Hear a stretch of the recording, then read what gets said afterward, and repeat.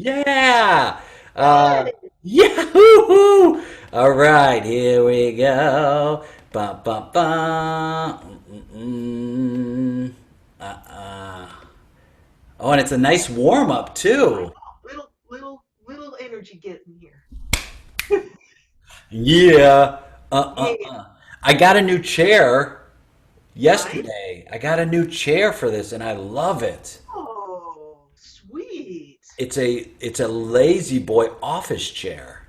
Ah, lazy boy. Well, don't you fall asleep now. I won't, and if I have to, I might have to get up. I, Boom. Let's see. One, two, three, four. We got 52 different suggestions. oh So no. Oh my that's gosh. right. So pick a number 1 to 52. Oh my gosh. I have no idea. I'm just gonna put sweet 16 out there. Perfect. Sweet 16. Here we go. 1, 2, 3, 4, 5, 6, 7, 8, 9, 10, 12, 13, 14, 15, 16. Here's our suggestion. This comes from Michael. And the suggestion is love is all around us. Love is all around us. Wow, thank you, Michael. Thank you, Michael.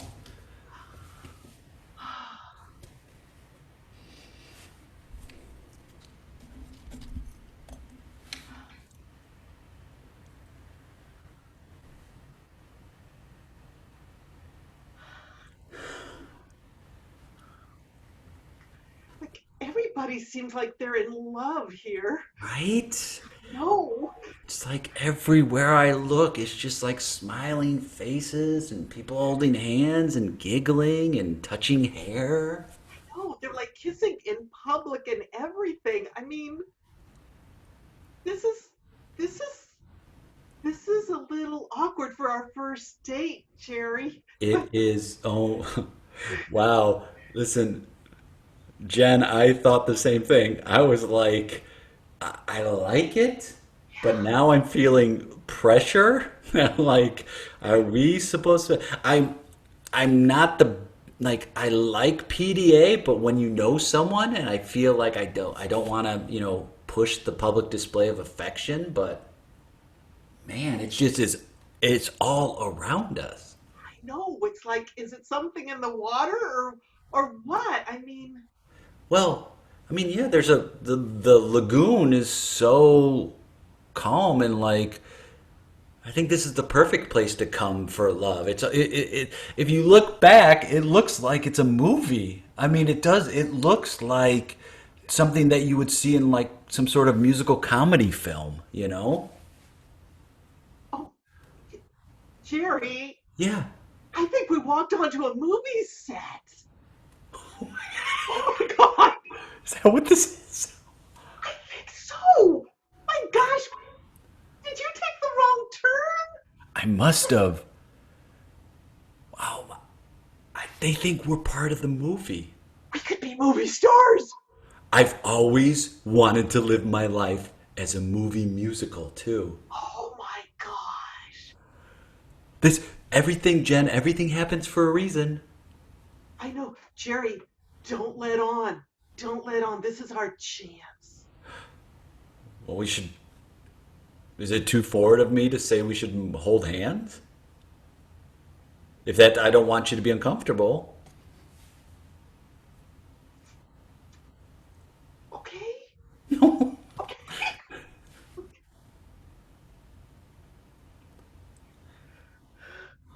Your hands are Oh your hands are boy. soft. Your hands are so soft. I don't, I'm just hyper reactive. I'm really embarrassed. I'm sweating. Why are you embarrassed? Freaking first date. And I'm like getting caught over the moment. And it's like fast. I'm getting a rush, Jerry. And I don't even know your middle name. I could tell you if you want. You can guess it. I can give you an initial, or do you want to just what? Why don't you guess first? Your hands. Oh, I thought my hands were sweaty. Yeah, your hands are sweaty too. Our hands are both sweaty. Yeah. What do you think my middle name is? Wow. Jerry, Gary, Jerry, Gary. Wait, did you say Jerry Gary? I said Jerry, Gary. Yeah, my dad's name is Gary. Your dad's name is Gary? Yeah, I'm Jerry Gary O'Leary. Oh my God! You, and you Your didn't dad? know? You didn't know that? You just No, guessed? no. Jerry, Gary. Didn't your dad like do paintings or Yeah. something? Yeah, he had seminars once a month at the Ramada by the airport, and Oh he my taught God! people how to paint. And he actually went on cruise ships, and he did exhibits on cruise ships, and that's where he made a lot of his money. Was yeah, he was a painter on a cruise ship. He could paint any style. He had just an eye for detail, so he can make a painting based on any artist. His specialty was like Norman Rockwell. Like he could do a knockoff Norman Rockwell like this. Oh, oh, I'm so glad because I thought I got him mixed up. I thought he was. I thought he, I'm embarrassed. I thought he. I don't know even why I would know this or see this, but I thought he painted naked ladies. I don't even know why I would know that, Because but well, he did. he did. Yeah, he said the human body was beautiful, and when he was in college, I mean, he painted naked men and women. He saw the beauty in it. I mean, it was amazing. He had such talent for the human frame, but he made his money. He was an artist, and he had to decide between the two. Like, did he want to make money, or did he want to be more artistic? And he made the choice to provide for his family. But his nudes are brilliant. They're beautiful. I wish I had that talent. Jerry, what Yeah. happened when you took your prior girlfriends to meet your dad? Did you ever have a prior girlfriend meet your dad? I mean, that sounds super awkward, and I don't think I'd ever want to meet your dad. Not that, not I don't know how where our relationship is going, but I took one to meet my dad once. She she when she found out she came from a religious family, and she saw that my dad painted, you know, people in the nude, and uh, it really it struck a chord in her, and it kind of helped free her to be an artist herself. And but I is it going to be a shock to you to say I haven't had many girlfriends? Definitely none. I mean, I took one to see my dad, but I didn't. I haven't had many. I haven't had many girlfriends. That's why I think that this feels like a movie set. I mean, we haven't stopped talking for 3 hours. It's like the easiest. It's the easiest flow of a conversation I've ever had. Jerry, I just got lost in the conversation. I forgot we were on a movie set.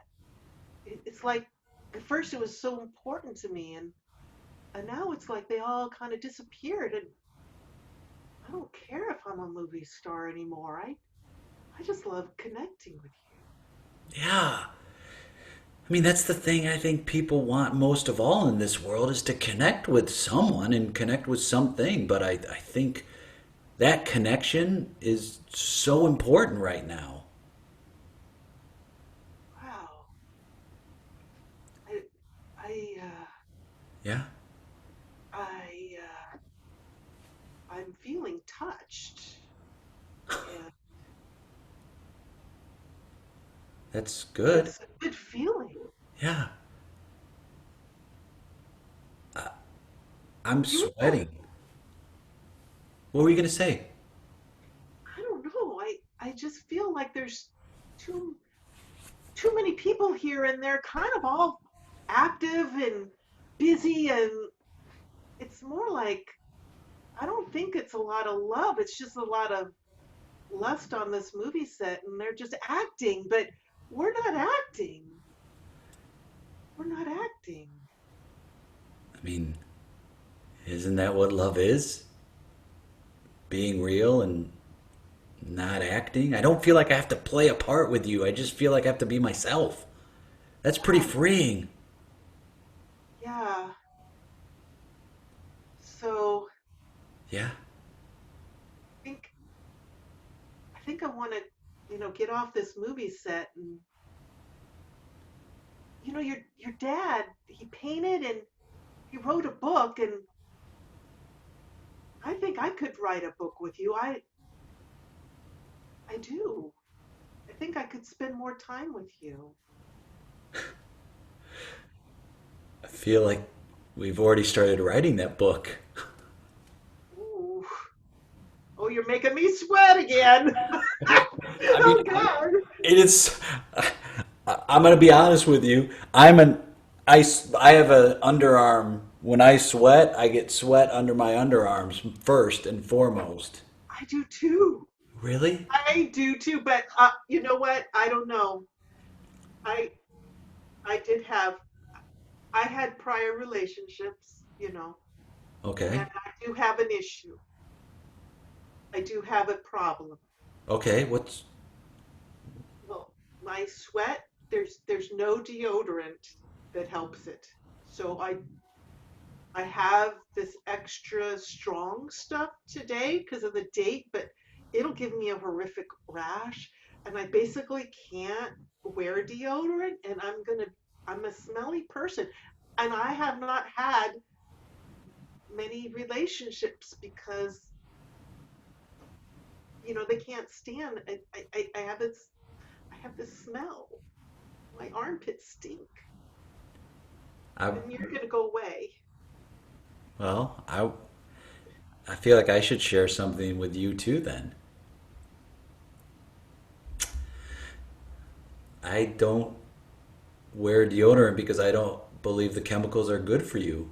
I believe humans have a natural odor, and about 6 years ago, I stopped wearing deodorant, and for the first yeah, for the first couple weeks, I was very self conscious about it. But now I don't even think about it. Steve Jobs didn't wear deodorant. That is amazing. You know what I just realized? What? I think everybody on the movie set has walked away from us because we probably smell really bad. I mean, that's good for us though. Yeah. And you know what? I'd rather smell bad than put chemicals of any sort into my body or near my body. So if they want to walk away, that's their choice. Yeah. I don't want to walk away from you right now. Wow, Jerry, this is like magical. Wow. I mean, I think you just got to put it out to the universe that you're ready, and then that person will appear. Wow. Huh. I think you're right.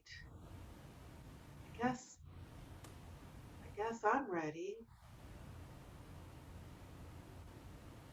Are you ready to have a happily ever after? Well, Jerry, we just met. But yeah. How about a happily ever right now? Well, I think that's great, but can we just start off with an ice cream cone, like a Rocky Road ice cream cone? We can have a rocky road. I just hope that's not a harbinger of our relationship. Oh my God, you're right. Bad flavor, bad No, flavor. no, rocky road it is. Oh, we can handle it. Yes, It's from our strength. we can handle it. Yeah, yeah. Well, we don't want like what's that cheese that smells really bad? Limburger Oh, cheese. there's lumber. Yeah, Regular there's. ice cream. What's what do you think is the worst ice cream? The worst? Yeah, like if The one that it's not in front of me. If everybody else is having it and I can't have it, that is the worst. it's pretty bad. Yeah. What do you think is the worst? Black cherry, Oh yeah, that's nasty. black Wait cherry. a minute. No, no, the bubble gum. Why would anyone have ice cream with bubble gum in it? Only for kids. It's only for Uh, kids. I didn't even have it as a kid. Did you have it as a kid? I did, but I stopped having it. It was too much for me. Well, I I don't heard that if you eat chewing gum, I don't think it ever comes out. I think it know. just is staying in there. And if you swallow it, right? If you swallow it, it's like I think it's 7 years for it to break down in your stomach. It just seems like we agree on everything. We could check off that ice cream thing. We agree Man, on that. what a day! Yeah. Whew. Scene! Yay! How was that? That was so fun. It was so fun and so different, like any other scene I've done.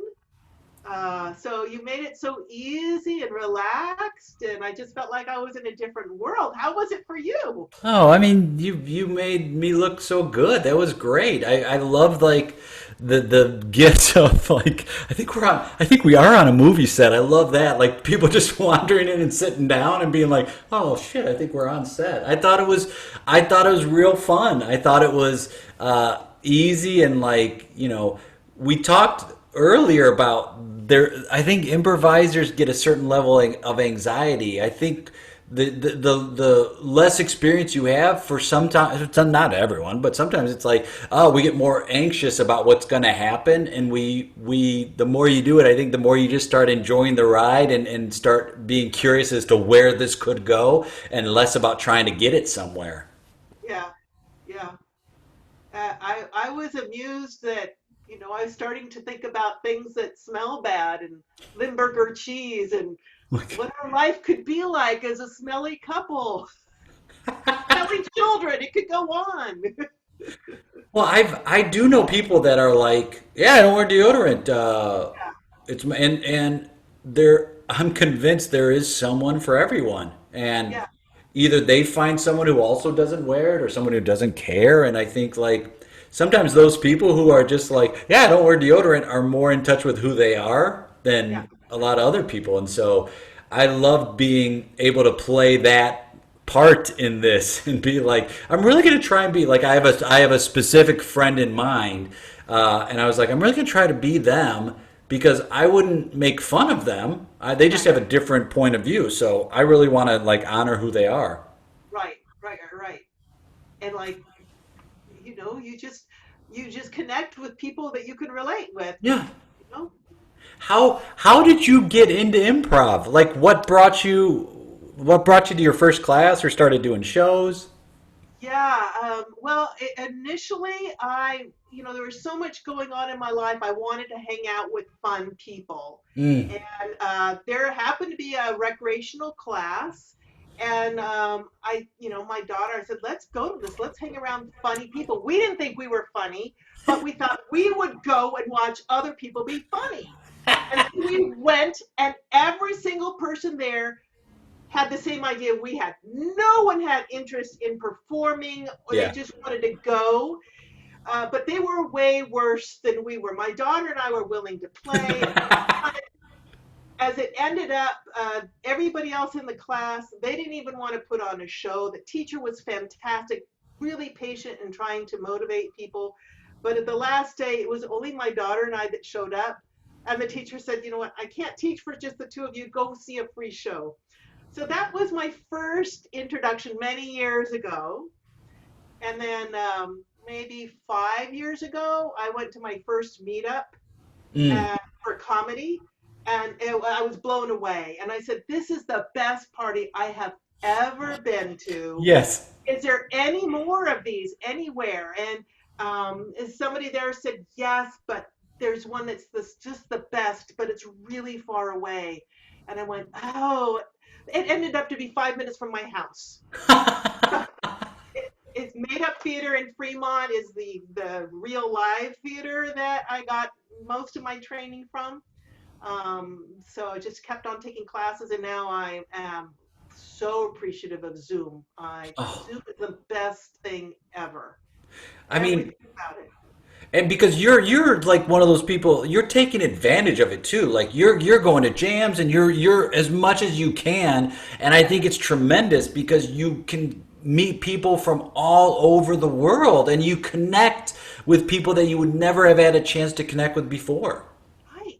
And even they're even not even Zooms, but you meet people, then you end up having tea. I'm having tea with people in UK and Yes. India, like having these cultural conversations. And I just think it's so rich with love and community and sharing, and it's a utopia almost, you know?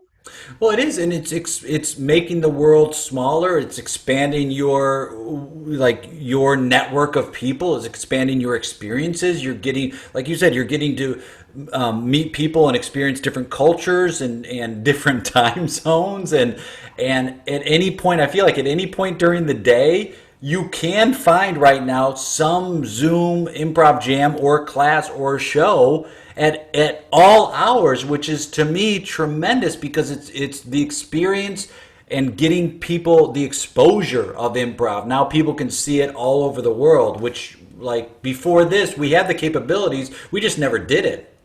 Right. And I feel my experience as a new performer is it is intimate. I mean, we're seeing close-ups of faces and expressions, and it is timely. And in many ways, I do feel super connected, even more so than the many scenes, you know, on Mm. stage. There's lots of people, and sometimes I get confused, or it's chaotic, or it's busy. So this Zoom makes you pause. You can hear everybody. Yeah.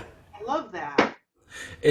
When it first started really getting into this, I was like, this could be the best thing to happen because we have to slow down Yeah. and we can't talk over each other because you won't hear either person. So I do think that it's really expanded the skill set of a lot of people to take a breath, wait, have some pauses, and then listen and respond. And it's just tremendous to see it. And now that new performer that you've put on you, that label you've put on yourself, now I'm taking that. It's going on the apology while you're no longer a new performer.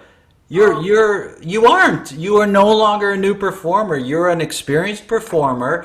You know, the length of service, the length of time you've done improv does not correlate to a talent level. It's not like, well, once I get to be X years in improv, I'll be good. It's like, no. I think you have it or you don't. And I think you're one of the people that like has shown consistently. It's like you've got that improviser mindset. You're curious, you're open, you're willing to learn. You're not as concerned about like going straight for a laugh, but if it happens, it happens. So like those are marks of like a really veteran performer. So congratulations, you are no longer a new performer here. oh, thank you. They're so kind. And this scene was great because I love the zaniness and all that. But this was a touching scene, Yeah.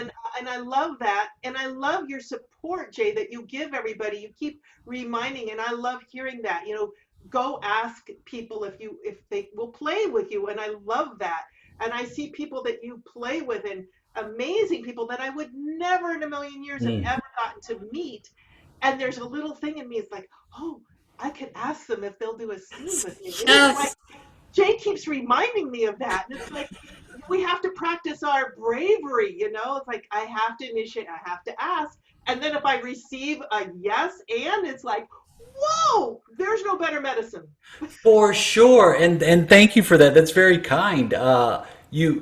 We forget improv is an inherently lazy art form, so a lot of people are just waiting to be asked for a lot of things. You know, and people are like, "Hey, who do you choose to do these scenes with?" I'm like, Anybody. I really don't care. Like either I'll reach out to them or they reach out to me. It doesn't to me. It doesn't matter. And I think a lot of you'll be amazed at the people you hold in high regard that you're like, I could never. It's like there's social media. Message them. They Yeah, they have the if they're an improviser, they've got the time right now. Some won't want to do it because they don't want to. They don't want they aren't comfortable or don't want to do virtual, which is fine. I've had friends who are like, I'm taking a break or it's not my thing, and that's cool. But I'd say like 95 to 99% of the people I reach out to or we talk, they're like, yeah, I'll do it. So yeah, bravery is a great word. Like continue to practice that bravery. Reach out to people. If you like a certain style, find those people who play that style, and then just, even if you don't go live on Facebook, you can still reach out and get in a Zoom meeting and do it and not have to have it broadcast through social media. Yeah. So Jay, have you run into people or talked to people much that use this? I mean, I love to do it for fun, but people that change their personal life, or if they're not getting along with someone that always argues with them at work or something, have you seen the skill sort of transfer over, or people seek out improv for that? Well, only in every person I've ever come across who's done improv, yeah. Yeah. It does. It changes. I mean, people say, I play with my grandkids better. I'm more patient. I'm a better listener, and I also use improv in like helping with learning sessions for businesses where it's like, okay, we want people to have more agile mindset, or how do they communicate more effectively, or how can they be better listeners? And I do think that these skills apply to the everyday, and sometimes people see it when it's happening, and sometimes they don't realize it until they go, oh, wait, wow, I have changed, but I do think it changes everybody's life. It gives them, sometimes it's like it makes you more confident. Sometimes it makes you more comfortable around other people. Sometimes it's like, wow, I found a group of people I can play with, which play in adults is so underrated and so underappreciated that it's such an important part of improv. And it's the basis of improv was founded, these theater games, these improv games were created to help people reinforce the value of play in adults. I mean, it goes back to Neva Boyd and Viola Spolin. And so it wasn't created to be a performance piece. It was created to help adults be better people and to play more. So absolutely, everybody who takes even if it's one class, they do get something out of it that more transforms their life than gets them on TV or makes them a stronger improv performer. I mean, definitely. Yeah, I that's the feeling I have. Like if everybody could take it, the world would be just Yes. so much more fun and Oh, connected. Yeah. my mentor, the biggest influence on my improv career was a guy named Martin DeMont. He said, if everyone took one improv class, the world would be a better place. And I agree. I'm like, even one class can have a big impact. And, if you talk about like making your partner look good and supporting them, and then like if you both speak that language and you're in a heated argument, you could say to your partner, hey, treat me like your scene partner, which Yeah. then might break that down and go, all right, I talk about support and love and empathy. I need to practice that in my own relationship, and I think it does wonders for people. Yeah, I agree. And the games are great because I feel like things are changing in my brain. Like neurons are like when we For kids play sure. new choice, or you have to have a different point of view, or yay and nay. These are all games that you have to be in character and believe a different point of view. And how wonderful is that?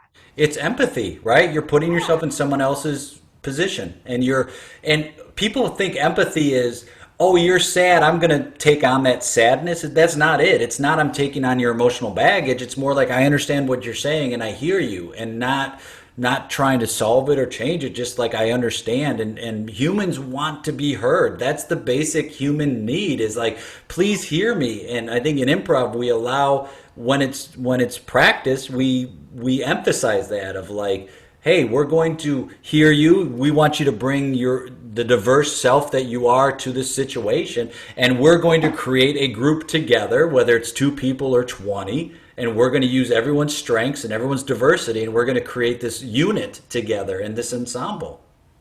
Yeah, that very first day when I went to the meetup for that, it was a 3 hour thing, and I think ended at 11 o'clock at night.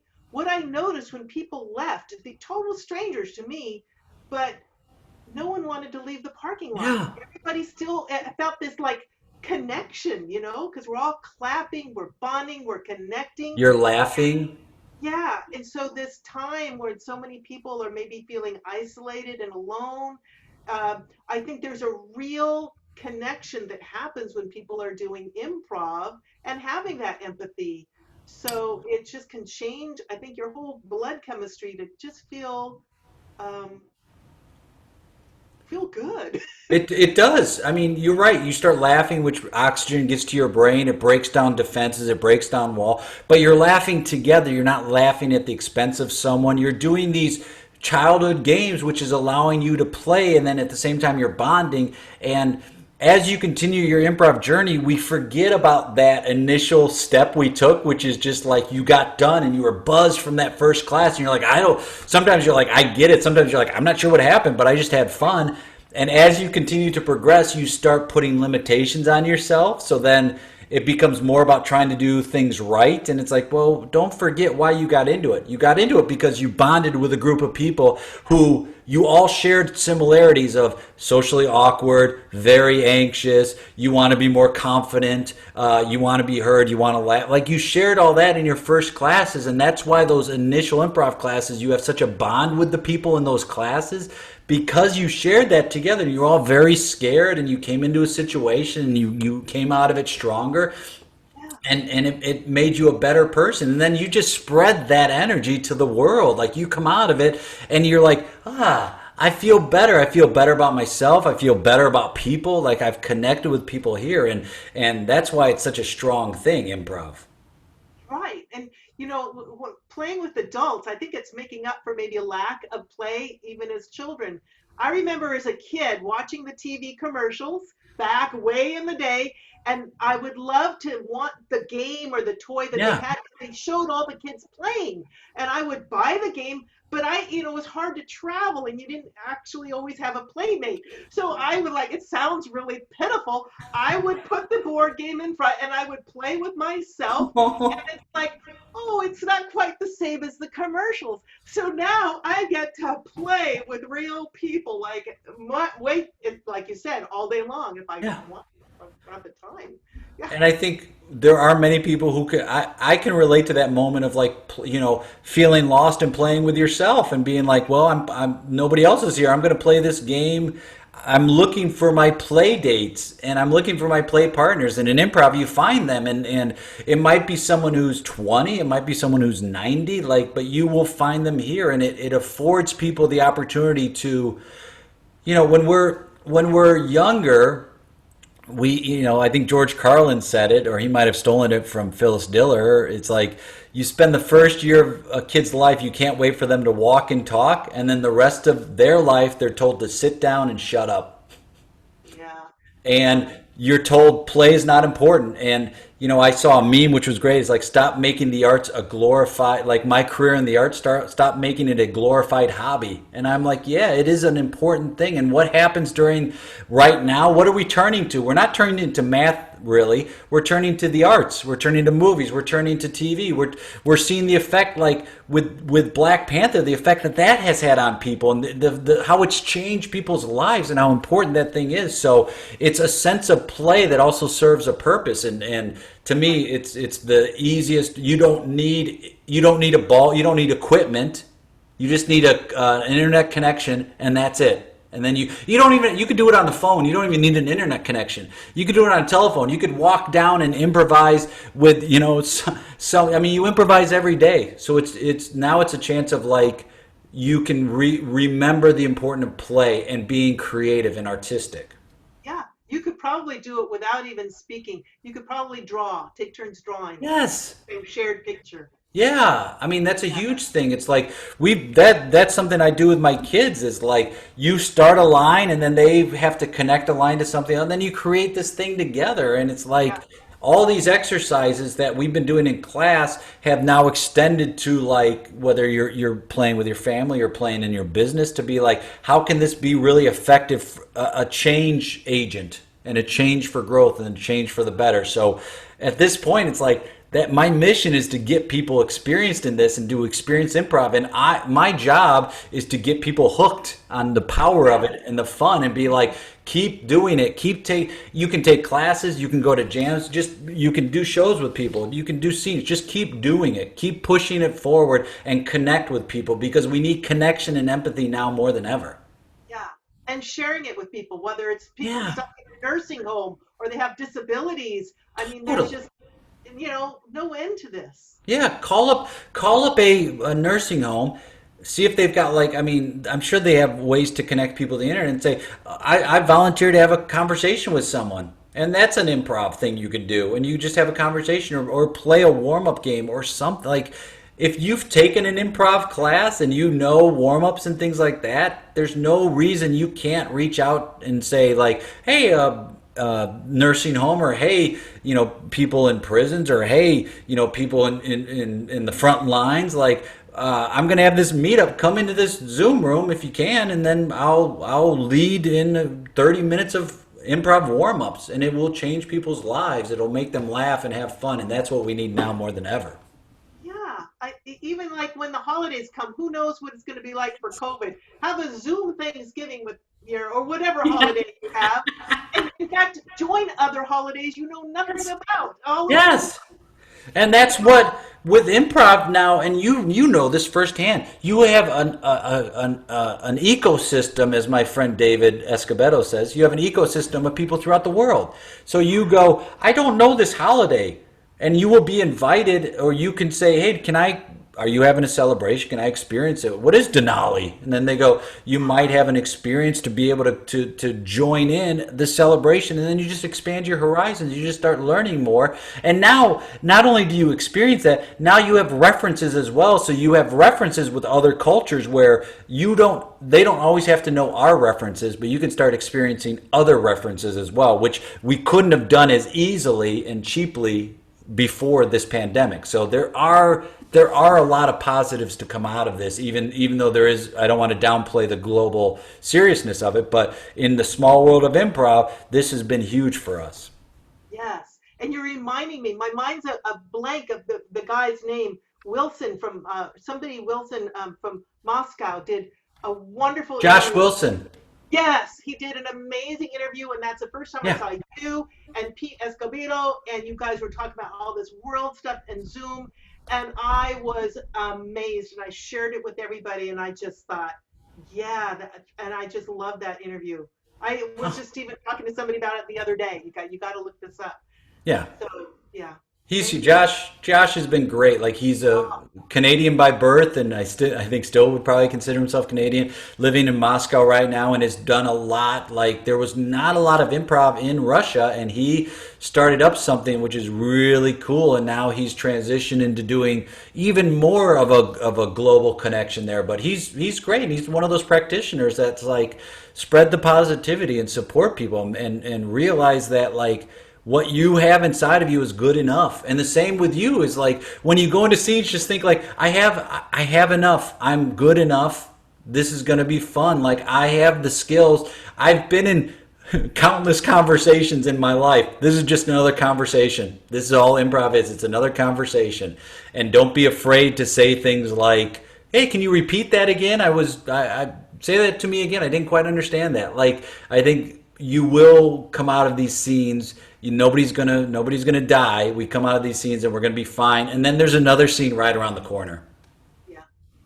Um, where can people find you if they want to get a hold of you, if they want to reach out to you and play with you, or like see Oh, things you're doing? What's the best way for them to do that? oh, thanks. Well, I welcome anybody on Facebook. I really, and also, uh, yeah, Facebook lists all the different things and events that I love to be part of. So I really like to share that. I think that's the easiest. 'Cause, yeah. Well, I am so happy and excited. I was honored to play with you. Thank you, and I can't wait till we play again, if it's Oh, in person or virtual. You're the best. I look forward to thanks, it. Jay.